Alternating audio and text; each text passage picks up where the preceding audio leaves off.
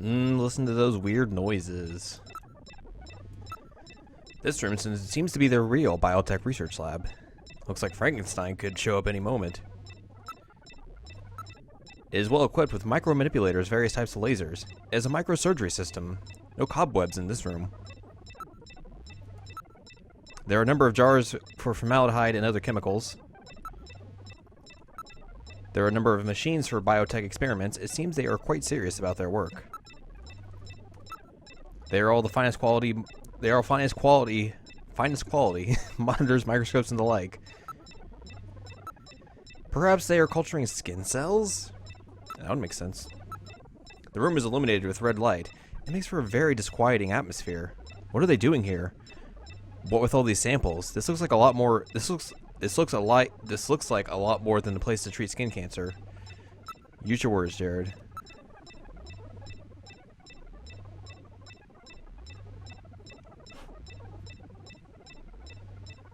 Argon lasers, argon dye lasers, is a device for selectively destroying certain types of cancer cells.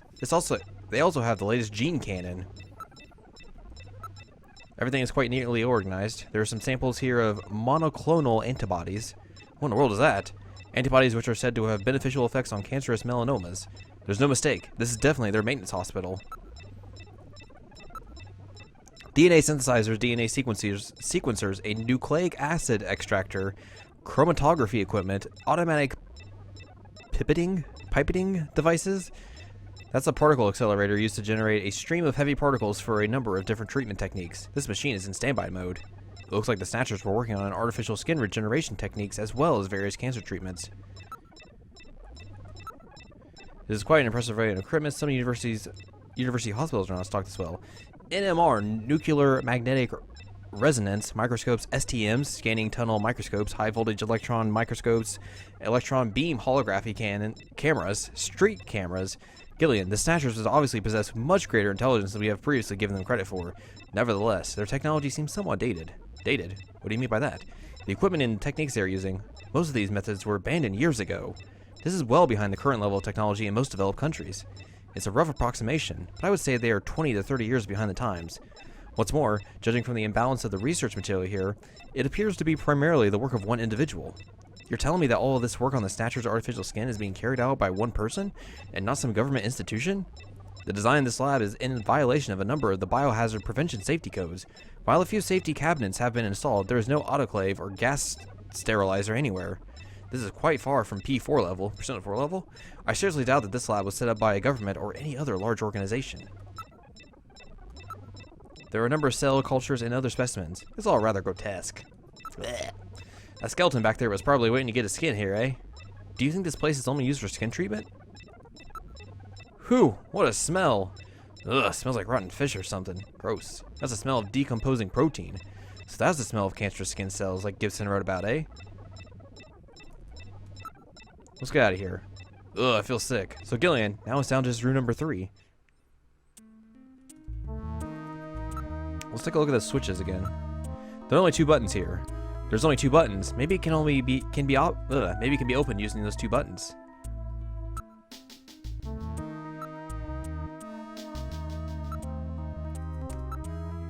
All right. Let's try pushing both buttons simultaneously. The 2 buttons are on opposite panels, so there's no way one person can push them both alone. But if 2 of us work together, it might do it. That's it, Gillian. It makes perfect sense. It's the same system they used to use in nuclear missile silos in the late 20th century. Eliminates the risk of one man going nuts and acting alone. Well, it's hard to be sure, but let's give it a try anyway. I've got button 1. Random, you push number 2. You ready? On 3. 1, 2, 3. Come on! We did it. You did it! Door number 3 opened. With safety measures like that, they must have had a good reason for wanting to keep it closed. Well, let's figure out why they wanted to keep it closed. Are you ready, Random? Let's have a look at the last room.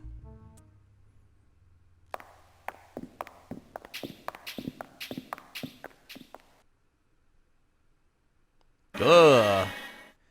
Good God! I read 4 human skeletons in this room. Jesus. It's their morgue. Perhaps victims of the Snatchers? Well, it doesn't look like whoever put them here was too worried about making sure they would rest in peace. No, it doesn't. These have got to be their victims. This is probably where they hide the bodies of the originals they snatch from places like Outer Heaven. They probably picked Outer Heaven because it gets a lot of VIP traffic. Plus, during masquerade time, they could work the place and still keep their identities secret. Yeah, and the guy who set up the link between them and Outer Heaven was Freddy, that taxi driver. They must have gone after him not because of who he was, but what he did. After all, with a taxi, there's plenty of chances to milk your customers for information. That's probably how they learned about Outer Heaven and Plato's Cavern. I've been wondering what they had done with the bodies. Want to hide a book? What better place than the library? Need to hide a body? How about the morgue? And for them, keeping the bodies hidden is crucial. I mean, if somebody who's supposed to be dead is out walking the streets, it wouldn't be too hard to figure out that something screwy is going on. That means that if we can figure out who these bodies were, then we've just nailed 4 Snatchers. Bingo. Let's take a look around the room. It appears to have been in proper morgue at one time, but now is being used as a little more than a closet. There is a ventilation duct on one side of the room. One of the bodies is still decomposing. The other 3 are little more than skeletons. There is a cover on the duct, but it has been weakened by oxidation. The only thing in the room besides the bodies is some dust and scraps, as well as the maggots infesting the new body. A number of different insect larvae have been infested in the body. It hasn't been well preserved, to say the least, but it's definitely a human body. The insects infesting a decomposing body can be divided into 8 large groups. Each of these groups works on the body for roughly 15 days, making it an 8 by 15 day or 4-month cycle. As such, an analysis of the variety, number, and size of the organisms on the body allows a rather accurate estimation of which group is currently present. In other words, you can figure out how long the victim's been dead without analyzing the body itself, right? On this particular body, flies have laid eggs, and the maggots have grown into adult flies, so it has been less than 30 days since death. As for the other 3 bodies, 1 full cycle has been completed, so at least 4 months have passed. Can you determine the cause of death? The bodies are severely damaged. Such a determination would require more extensive facilities than are available here. What about the identity of the victims? Hair, clothing, even teeth, anything that could be used to make an identification is gone. Damn Snatchers. That guy has teeth. They were careful to make sure their identities didn't get out. If we even had some teeth, we might be able to make an ID. What about those teeth right here? They've been deliberately misaligned to prevent identification. And I guess we'll never be able to ID them. There is a way. What? How? We can perform a simulated reconstruction. Fortunately, the skulls of the victims are still intact. Reconstruction, eh? Good idea. Great idea. Warm air is flowing from the vent. It is apparently a rather large duct. Alright, let's take a smell. Whew, that stench. So that's what rotten protein smells like. The decomposition process releases numerous gases. Oh. Let's reconstruct that course. Metal, let's do this reconstruction thing on the bodies. Now performing simulated reconstruction of the head and facial features of each of the 4 victims. Commencing with victim number 1. Now performing craniometric analysis. X-ray and sagittal X-ray, magnetic resonance imaging, and positron CT data gathered. Complete cranial data now being compiled. Craniometric analysis complete. Now commencing reconstruction. First, victim's age. Estimate based on 1. Presence or absence of cranial fontanelles and chroma of epicranial sutures. 2. Area of facial region and cranium. 3. Height of upper and lower jaw and development of alveolar part. And 4. Location of cranial center of gravity. Next, victim's sex. Estimate based on 1. Overall size of cranium. 2. Parietal bone angle. And 3. Development of splachocranium. Lastly, victim's race. Estimate based on 1. Overall cranial configuration. 2. Volume of intercranial cavity. And 3. Mass of the skull. Now commencing soft feature reconstruction based on averaged results of above analysis. Reconstructing. Initial phase completed. Margin of error on estimate of victim's race 10% based on use of average values. Oops. Now adding postulated hair and eye features. Reconstruction of head of first victim completed. It's Freddie Nielsen. Moving on to second victim. Now commencing reconstruction. So one of these has features got to of be his victim wife, I number would assume, right? 2. Now starting craniometric analysis. Complete cranial data now being compiled using the same techniques as the previous reconstruction. Craniometric analysis complete. Now commencing reconstruction using the same techniques as the previous reconstruction. Reconstructing. Initial phase completed. Margin of error on estimate of victim's race 10% based on use of averaged values. Now adding postulated hair and eye features. Yep. Reconstruction of head of second victim completed. That's Lisa Nielsen.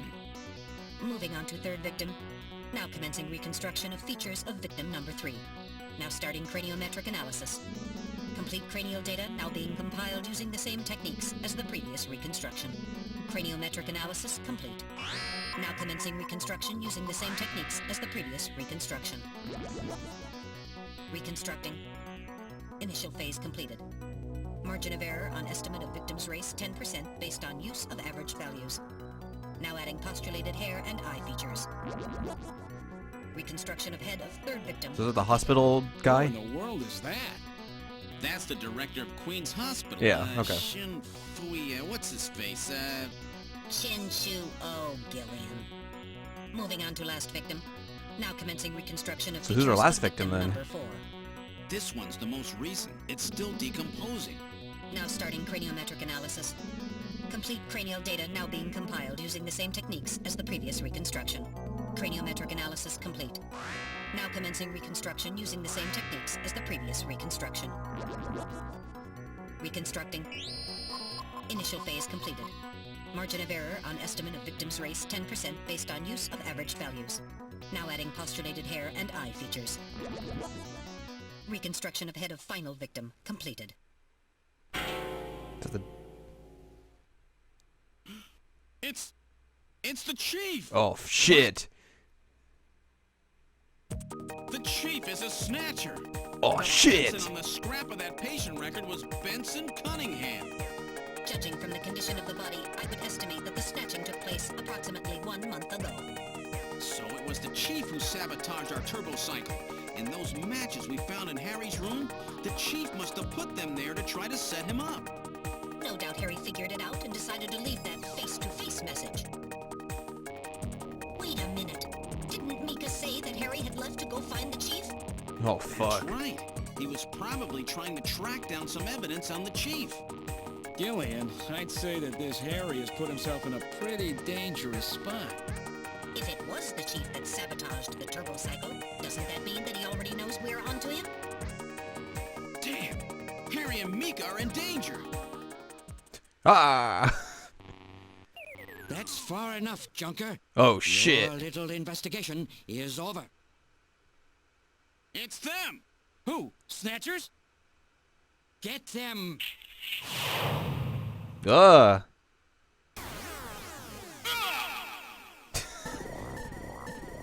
gun.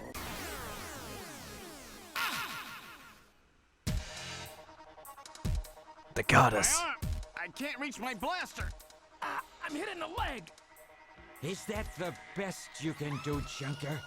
Who's there? Jin Shuo, you scum! It seems you still have some fight left in you. You two are finished, but our plans move forward. We are now entering phase 2.